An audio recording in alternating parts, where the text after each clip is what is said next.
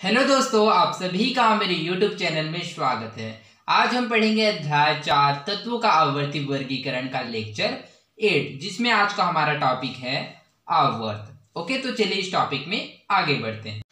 आवर्त। आधुनिक आवर्त सारणी में किसी एक आवर्त में स्थित सभी तत्वों में कोषों की संख्या समान होती है। ओके, तो जो आधुनिक आवर्त सारणी है मॉडर्न पीरियोडिक टेबल में, वह किसी एक आवर्त में जो स्थित सभी तत्व की जो कोषों की संख्या है वह समान होता है। कैसे? तो चलिए देखते हैं। जैसे कि पहले आवर्त में दो तत्व होते हैं, हाइड्रोजन और हीलियम। तो हाइड्रोजन का जो परमाणु क्रमांक होता है, जो एटॉमिक नंबर होता है वह 1 होता है, और हीलियम का जो एटॉमिक नंबर होता है वह 2 होता है। ओके, तो चलिए इसके इलेक्ट्रॉनिक विन्यास करते हैं। तो ये इसका नाभिक हो गया और ये इसका जो है वह फर्स्ट कोष हो गया। ठीक इसी प्रकार हीलियम के लिए करते हैं। तो ये इसका नाभिक और ये इसका कोष है। तो हाइड्रोजन का जो इलेक्ट्रॉन होता है वह 1 होता है और हीलियम का 2 होता है। जैसा कि आप लोग देख सकते हैं कि जो पहले आवर्त में जो तत्व का जो कोष है वह केवल 1 है, अर्थात एक आवर्त में स्थित सभी तत्वों में कोषों की संख्या समान होता है। ओके, किसी आवर्त में बाईं ओर से दाईं ओर बढ़ने पर तत्व की परमाणु संख्या में क्रमशः 1 की वृद्धि होती है। ओके, तो आवर्त सारणी में क्या है, बाईं ओर से दाईं ओर जब बढ़ते हैं तो प्रत्येक तत्व में क्या है, एक परमाणु संख्या की। तो प्रत्येक तत्व में क्या है, परमाणु संख्या में क्रमशः 1 की वृद्धि होता है। कैसे? तो चलिए जानते हैं। जैसे कि लिथियम हो गया। ओके, जैसे कि दूसरे आवर्त के तत्व हो गए, लिथियम हो गया, बेरिलियम हो गया, बोरान हो गया, कार्बन हो गया, नाइट्रोजन हो गया, ऑक्सीजन हो गया, फ्लोरीन एवं नियान। ओके, तो लिथियम का जो एटॉमिक नंबर होता है वह 3 होता है, बेरिलियम का 4 होता है, बोरान का 5, कार्बन का होता है 6, नाइट्रोजन का 7, ऑक्सीजन का 8, फ्लोरीन का 9 और नियान का 10। जैसे कि आप लोग देख सकते हैं कि इस आवर्त में क्या है, जैसे ही बाएं से दाएं जाते हैं तो इनकी प्रत्येक तत्व में क्या होता है, एक परमाणु संख्या में क्रमशः वृद्धि होता है। जैसे कि लिथियम का जो परमाणु क्रमांक है वह 3 है, बेरिलियम का 4 हो गया, बोरान का 5। ठीक इसी प्रकार क्रमशः 1 की वृद्धि होता है।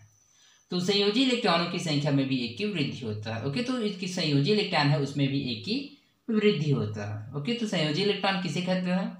ओके, तो जो तत्व के जो बाहर जो कक्ष में उपस्थित जो इलेक्ट्रॉन होता है, जो संयोजकता इलेक्ट्रॉन होता है, उसी को क्या कहते हैं, उसका संयोजी इलेक्ट्रॉन बोलते हैं। Okay, lithium, beryllium, boron, carbon, nitrogen आदि तत्वों में संयोजी इलेक्ट्रॉनों की संख्या अलग अलग है।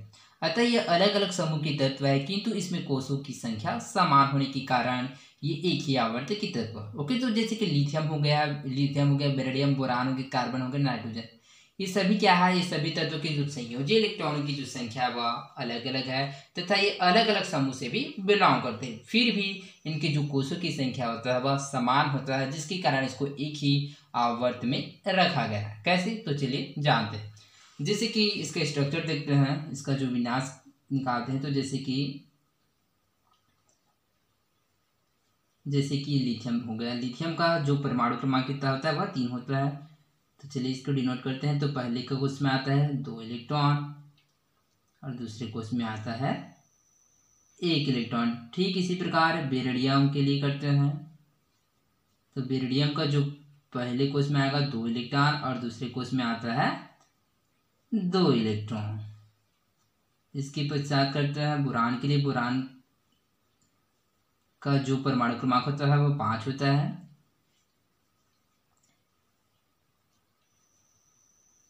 इसका जो पहले कोष में आएगा 2 इलेक्ट्रॉन और दूसरे कोष में आता है 3 इलेक्ट्रॉन।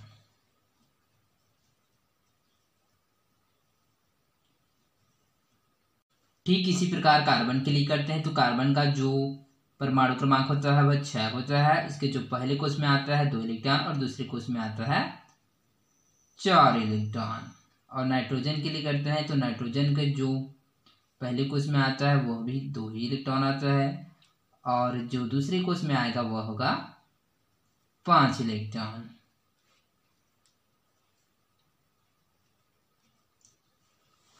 ओके, तो जैसे कि आप लोग देख सकते हैं इन सभी तत्वों की जो संयोजकता है वो सभी अलग अलग है। ओके, इसका जो संयोजी इलेक्ट्रॉन की जो संख्या वो सभी का अलग अलग है, जैसे कि लिथियम का 1 है, बेरिलियम का 2 है, बोरान का 3 है, 1 2 3, और कार्बन का 4 है, और नाइट्रोजन का 5 है। ओके, तो इसका सभी का जो तत्व का जो संयोजी इलेक्ट्रॉन है, जो संयोजकता है, वह सभी का अलग अलग है। ओके, पर फिर भी इसको क्या है, एक ही आवर्त में रखा गया है। क्यों? क्योंकि इसके जो कोषों की जो संख्या है वह समान है। जैसे कि आप लोग देख सकते हैं, इसमें भी 2 कोष है, इसमें भी 2 कोष है, इसमें भी 2 कोष है, इसमें भी 2 कोष है, और नाइट्रोजन का भी 2 कोष है। ओके, क्या आप बता सकते हैं कि ये किस आवर्त के तत्व है? ओके, तो ये सभी तत्व है वह दूसरे आवर्त के तत्व है।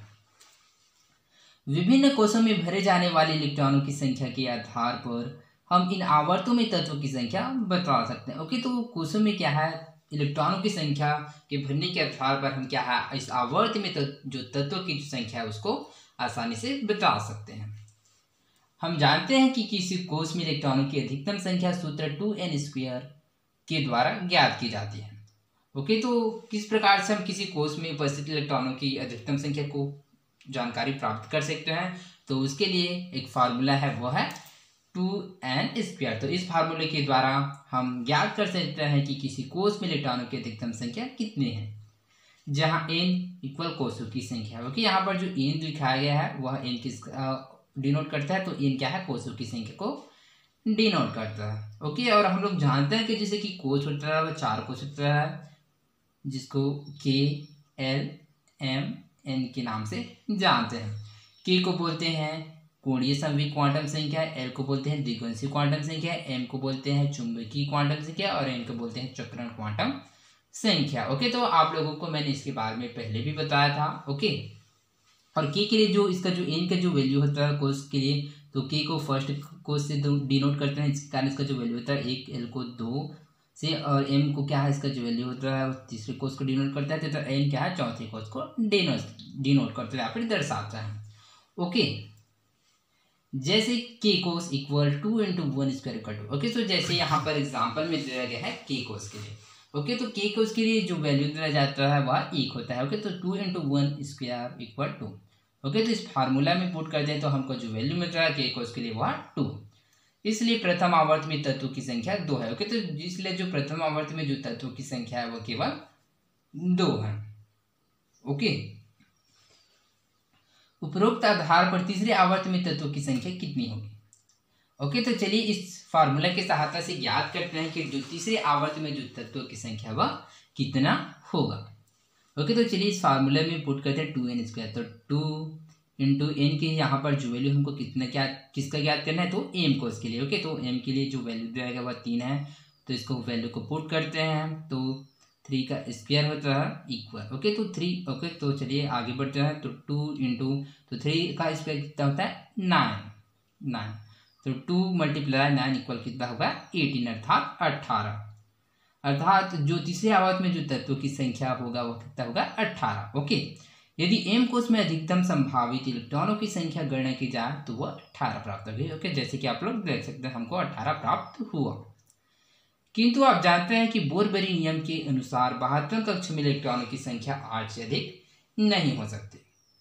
ओके, तो बोर-बरी नियम क्या कहता है, तो बोर-बरी नियम के अनुसार क्या है, जो किसी भी परमाणु का जो आउटर मोस्ट सेल है या फिर जो 72 कक्ष में जो इलेक्ट्रॉनों की जो संख्या होता है वह 8 से अधिक नहीं हो सकता। इसी को क्या कहते हैं, बोर-बरी नियम कहते हैं। ओके, चूंकि यहाँ m कोष 72 कोष है, अतः इसमें 8 से अधिक इलेक्ट्रॉन नहीं आ सकते, और यही कारण है कि सारणी के तीसरे आवर्त में तत्वों की संख्या 8 होते हैं।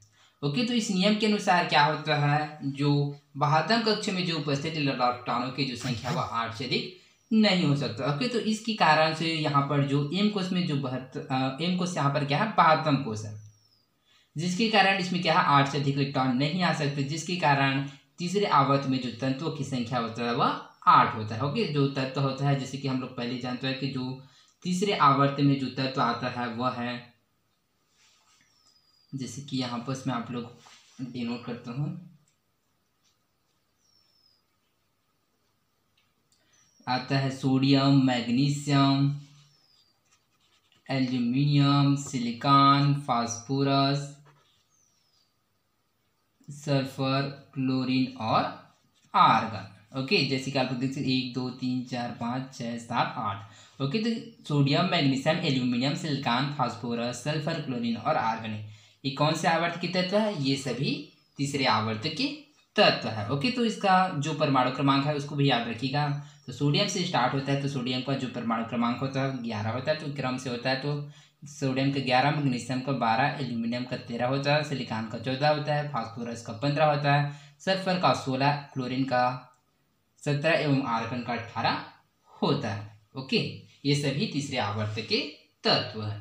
इसके आगे के आवर्तों में तत्वों की संख्या का निर्धारण कोष में इलेक्ट्रॉनों के वितरण के अन्य नियमों के अनुसार होता है, जिसका अध्ययन हम अगली कक्षाओं में करेंगे। ओके, तो इसके आगे के जो आवर्त है, जैसे कि आवर्त 4 हो गया, 5 हो गया, 6 हो गया, 7 हो गया, ये सभी आवर्त क्या है? जो कोषों में इलेक्ट्रॉनों के जो वितरण होता है वह अन्य नियमों के द्वारा होता है, जिसका अध्ययन आप लोग क्या है अगली कक्षाओं में करेंगे। तो चलिए आगे बढ़ते हैं। आधुनिक आवर्त सारणी के आरंभ के 3 आवर्त लघु आवर्त कहलाते हैं। इनमें क्रमशः 2, 8 और 8 तत्व होते हैं। ओके, तो जो आधुनिक आवर्त सारणी के आरंभ के जो 3 आवर्त होते हैं, पहला आवर्त, दूसरा आवर्त एवं तीसरा आवर्त, इसको क्या कहते हैं? लघु आवर्त कहते हैं। क्यों? क्योंकि इसमें क्रमशः 2, 8 और 8 तत्व होता है, जिसके कारण इसको लघु आवर्त कहते हैं। इसके बाद के 2 आवर्त दीर्घ आवर्त कहलाते हैं। इनमें क्रमशः 18 तत्व होते हैं। ओके, इसके पश्चात 3 आवर्त के पश्चात 2 आवर्त होता है, उसको दीर्घ आवर्त कहते हैं। क्यों? क्योंकि इसमें 18 तत्व होते हैं, जिसके कारण इसको दीर्घ आवर्त कहते हैं। छठवें आवर्त में 32 तत्व है। वर्तमान में 7वें आवर्त में भी 4 नए तत्वों की खोज के साथ 32 तत्व हो चुके हैं। ओके, तो जो छठवें आवर्त में क्या है? 32 तत्व है, और वर्तमान में 7वें आवर्त में भी 4 नए तत्व की खोज के साथ जो 7वें आवर्त में भी जो तत्व की जो संख्या है वह 32 हो चुका है। अर्थात छठवें एवं 7वें आवर्त में 32 तत्व है। कैसे? ओके, तो क्योंकि इसका जो 5वें और छठवें और जो 7वें आवर्त है उसमें लैंथेनाइड एवं एक्टिनाइड इंक्लूड होता है। तो छठवें आवर्त के साथ लैंथेनाइड और 7वें आवर्त के साथ एक्टिनाइड इंक्लूड होता है, जिसके कारण इसके जो आवर्त में जो स्थित तत्व के जो संख्या वह 32 होता है। तो आई होप आप लोगों को समझ आया होगा। तो चलिए आगे बढ़ते हैं। आधुनिक आवर्त सारणी की विशेषताएं, characteristics of modern periodic table. Okay, तो चलिए कि जो आधुनिक आवर्त सारणी है, मॉडर्न पीरियोडिक टेबल की क्या क्या कैरेक्टरिस्टिक्स या विशेषताएं हैं।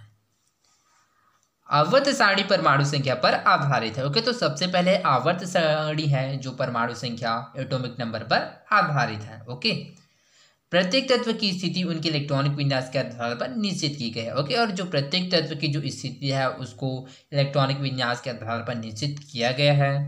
यह विभिन्न तत्व के गुणों में क्रमिक परिवर्तन को अधिक स्पष्ट रूप से दर्शाता है। ओके, और यह विभिन्न तत्व की क्या है गुणों में क्या है क्रमिक परिवर्तन को अधिक स्पष्ट रूप से दर्शाता है। जैसे कि हम लोगों ने आवर्त सारणी में जाना था कि कई तत्व धातु होते हैं, कई उपधातु होते हैं, कई अधातु होते हैं, कई नोबेल गैसेस होते हैं। ये क्या है? ये सभी उन तत्वों के गुण होते हैं। हाइड्रोजन के द्वारा ऋण आयन H- और धन आयन H+ दोनों बनाने की क्षमता के कारण वह रासायनिक गुणों में समूह 17 के सदस्यों जो ऋण आयन देते हैं और समूह 1 के सदस्यों जो धन आयन देते हैं दोनों के समान है। इसलिए मेंडलीव की आवर्त सारणी की तरह ही आधुनिक आवर्त सारणी में भी उसका स्थान अनिश्चित है, लेकिन हाइड्रोजन को सामान्यतः समूह 1 के शीर्ष पर दर्शाया जाता है। ओके, तो जैसे कि हम लोगों ने मेंडलीव की आवर्त सारणी में जाना था कि जो हाइड्रोजन का जो स्थान है वह अनिश्चित है। ठीक इसी प्रकार मॉडर्न पीरियोडिक टेबल आधुनिक आवर्त सारणी में भी हाइड्रोजन का स्थान अनिश्चित है। कैसे? क्योंकि हाइड्रोजन क्या है प्लस आयन देता है, तो प्लस आयन देता है वह समूह 1 के द्वारा गुण प्रदर्शित करता है। ठीक इसी प्रकार वह H- आयन देता है, जिसके कारण क्या है यह समूह 17 हैलोजन समूह के अनुसार क्या है गुण प्रदर्शित करता है, अर्थात वह ऋण आयन देता है, जिसके कारण जो हाइड्रोजन का स्थान है वह निश्चित नहीं है। ओके, अर्थात हाइड्रोजन धन आयन एवं ऋण आयन दोनों देता है, जिसके कारण जो हाइड्रोजन का स्थान है वह आवर्त सारणी में निश्चित नहीं है। ओके, लेकिन हाइड्रोजन को सामान्यतः समूह 1 के शीर्ष पर दर्शाया जाता है। ओके, किंतु हाइड्रोजन को क्या है सामान्यतः समूह 1 के शीर्ष पर दर्शाया जाता है। ओके, समूह 1 के ऊपर क्या है शीर्ष पर दर्शाया जाता है। तो आई होप आप लोगों को समझ आया होगा। तो आज के लिए बस इतना ही, मिलते हैं अगले वीडियो में, धन्यवाद।